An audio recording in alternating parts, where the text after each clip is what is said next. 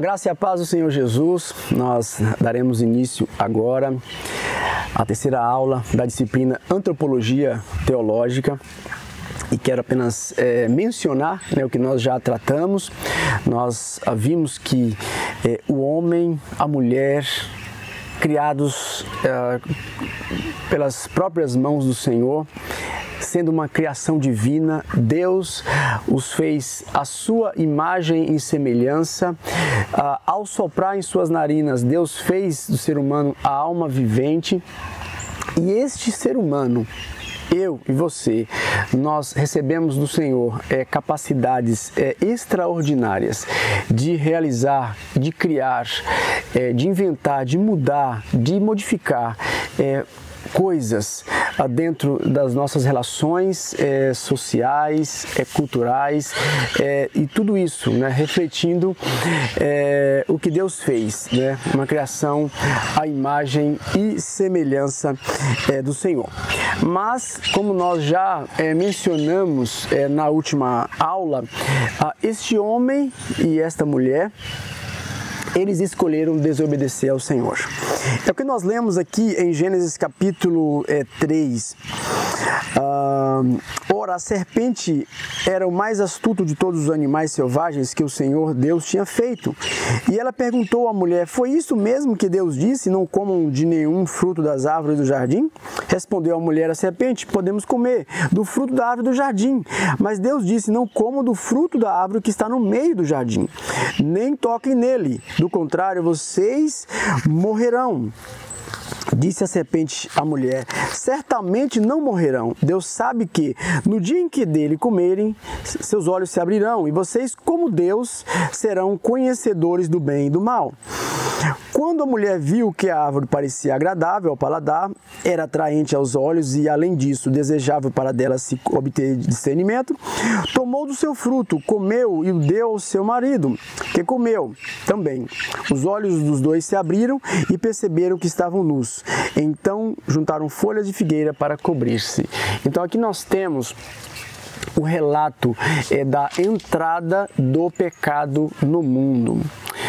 Meus irmãos, essa palavra pecado, ela tem sido, ou ela tem sido colocada quase que numa posição de algo ficcional, algo que o homem inventou, algo que é relativizado, algo que não deve ser considerado em nosso tempo, como se fosse algo ultrapassado. Mas podemos até ver nessas atitudes, nessas falas, nessas concepções, nessas exposições, justamente a consequência do que está relatado aqui no livro de Gênesis, no capítulo 3. A entrada do pecado no mundo deturpou, modificou, alterou a ordem estabelecida por Deus. Algo que Deus diz claramente. Deus diz que a sua obra, quando ele concluía em cada dia, eis que o que Deus fez era bom. Então, aquilo que Deus fez bom, o homem agiu para trazer desordem. E essa desordem, ela é vista em todas as esferas das relações humanas, da relação do homem com Deus, da relação do homem com a natureza. É justamente a consequência do pecado. E desde o princípio, uma vez que o pecado entrou no mundo e houve uma separação, como diz o apóstolo Paulo, escrevendo aos Romanos, capítulo 3, versículo 23, e todos pecaram e separados estão da glória de Deus. Então, uma vez que o pecado trouxe essa separação, a humanidade, ela busca, pelos seus próprios meios, construir deuses que, para os seres humanos, são deuses à sua imagem e semelhança. E, de fato, muitos deuses têm a semelhança física dos seres humanos. Isso desde o princípio da humanidade. Depois que o homem foi expulso do jardim, nós vemos como se multiplicou a idolatria, como que o homem criou divindades com as quais ele pudesse, de uma certa maneira, manipular, fazer com que tais divindades cumpram as suas vontades e por meio dessas criações elas pudessem manipular outras pessoas. Então, tudo isso que nós vemos, essas palavras que tiram o pecado como algo grave, como algo que ofende a Deus, como algo que deve ser punido, como algo que afronta a Deus, tudo isso é reflexo dessa condição que o homem passou a ter por causa da desobediência, que se espalhou por toda a humanidade. Então, como diz o apóstolo Paulo também aos Romanos, como por um homem entrou o pecado na humanidade. O pecado entrou por meio de Adão. Só que o plano de Deus, como nós já nos referimos na primeira aula, o plano de Deus ele não pode ser frustrado. Quando nós lemos a palavra do Senhor, que Deus vivia relacionamentos sinceros, né? Nós vimos na aula anterior com Enoque, com Moisés, relacionamentos sinceros, nós vemos ali que Deus mostrava que o plano dele era aquele e nada poderia frustrar. Mas, como nós também já nos referimos, o plano não se cumpriu aqui nesse contexto. E é sobre isso que nós vamos pensar por alguns momentos, porque a restauração da relação de Deus com o homem, ela foi tão logo o pecado entrou no mundo, Deus já tinha provido. Deus já tinha provido a solução para ele.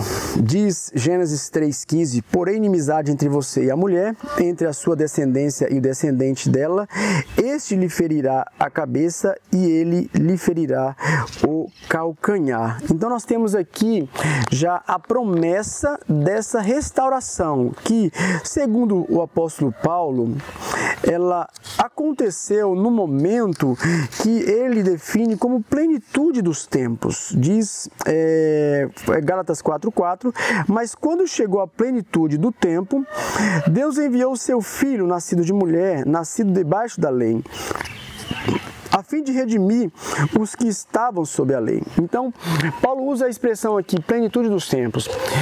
A plenitude dos tempos é compreendida naquele momento em que cumpre-se a promessa de Deus, em que Jesus nasce, segundo a profecia de Miqueias 5,2, né, na cidade de Belém, no momento em que o Império Romano dominava toda aquela região, onde a cultura helênica também estava impregnada sobre todos aqueles povos, tanto do sul da Europa, da Ásia Menor, como do norte da África, território que compreendia o Império Romano.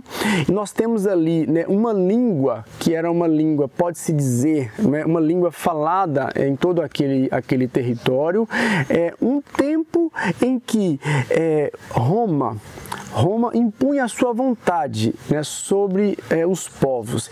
E naquele momento em que, inclusive, o povo de Israel, o povo judeu, vivia, né, num tempo de dominação estrangeira, Deus cumpre a sua promessa e Jesus nasce justamente para restaurar o relacionamento de Deus com o homem. Vamos ler Mateus 1:21 e nós vamos compreender um pouco mais sobre esta restauração. Quando o anjo Gabriel anuncia a Maria que ela daria um filho, diz assim a palavra do Senhor: ela dará à luz um filho e você deverá dar-lhe o nome de Jesus, porque ele salvará o seu povo dos seus pecados. Então o problema da humanidade foi justamente o pecado. Então, a solução era justamente destruir aquilo que separava o homem de Deus. Enquanto muitos hoje ignoram que o pecado ofende a Deus e que o pecado traz condenação, que o pecado destrói, que o pecado leva as pessoas para o abismo, para um caminho contrário à vontade de Deus, Deus oferece à humanidade, em Cristo Jesus. Aqui o texto que nós lemos é o início, né, da concretização desse plano. É o anúncio do nascimento daquele que lá em Gênesis 3,15 Deus prometeu que enviaria para destruir a obra de Satanás, a obra do diabo. Então, o pecado nós sabemos que maculou a santidade do homem, né? rompeu a relação de paz que o homem tinha com Deus. Então, só para nós entendermos, aquele que não vive um relacionamento com Cristo ou não entregou a sua vida para Jesus, por mais que ele não tenha ideia que seja assim, mas segundo a palavra do Senhor, ele é um inimigo de Deus, porque justamente ele não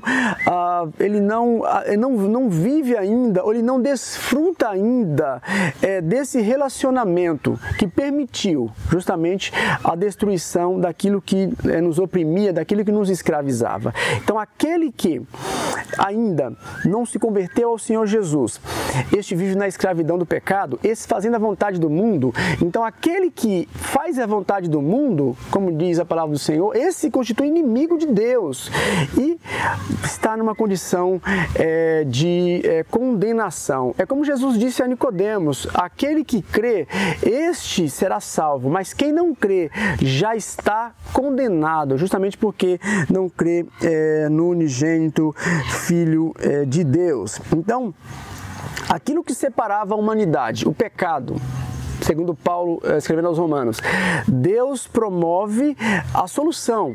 E o próprio apóstolo Paulo, aos Romanos 6,23, ele fala que o salário do pecado é a morte, mas o dom gratuito de Deus é a vida eterna em Cristo Jesus, o nosso Senhor. Então, nós vemos a história do Antigo Testamento apontando para esse dia, que era a plenitude dos tempos, em que o cumprimento da promessa de Deus seria, enfim, realizado, em que Deus viria até nós para trazer solução para o pecado da humanidade.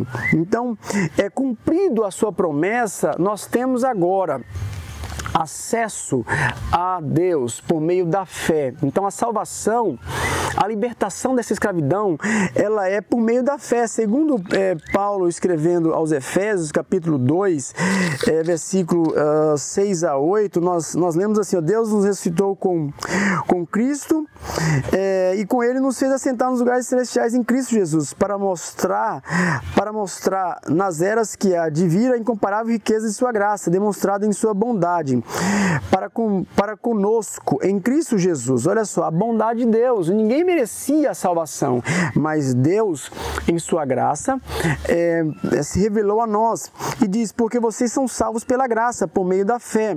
E isso não vem de vocês, é dom de Deus. Então, o agir de Deus, a graça de Deus operou, e mesmo nós, na condição de condenados, quando nós cremos que Deus, em Cristo Jesus, trouxe solução para o pecado, diz a palavra do Senhor que nós somos salvos. Não trata de uma obra nossa, mas uma obra que Cristo realizou por nós. Então, a nossa justificação, a nossa absolvição, como Paulo fala aos Romanos capítulo 5, né, justificados, pois, mediante a fé, nós temos paz com Deus. Paulo está querendo dizer o seguinte: olha, vocês estavam num tribunal condenados, mas a partir do momento que vocês creram que Deus enviou Jesus Cristo para trazer a redenção, a salvação, para libertar vocês dessa condenação, agora vocês são declarados justos.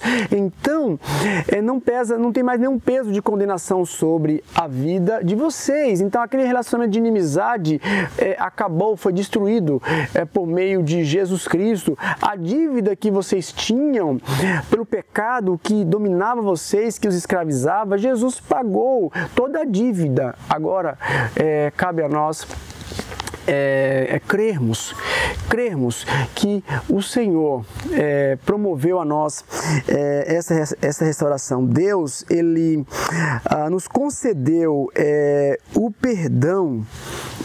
Deus nos restaurou. No Novo Testamento, a restauração do homem, ou o perdão da culpa, do pecado, é destacado pelos verbos charizomai, cujo significado é tratar graciosamente, e afieme, que é mandar embora ou soltar. Então Deus agiu justamente para nos libertar da condenação do pecado. O autor de Hebreus, no capítulo 9, versículo 14, traz também para nós o seguinte ensinamento: quanto mais o sangue de Cristo, que pelo Espírito Eterno se ofereceu de forma imaculada a Deus, purificará nossa consciência de atos que levam à morte, para que sirvam ao Deus vivo. Então, a obra do Senhor, o sangue de Jesus Cristo, que nos purifica de todo pecado, agora nos faz servos do Senhor Jesus. Então, nós temos aqui a morte de Cristo expiando ou cobrindo o pecado que nos dominava.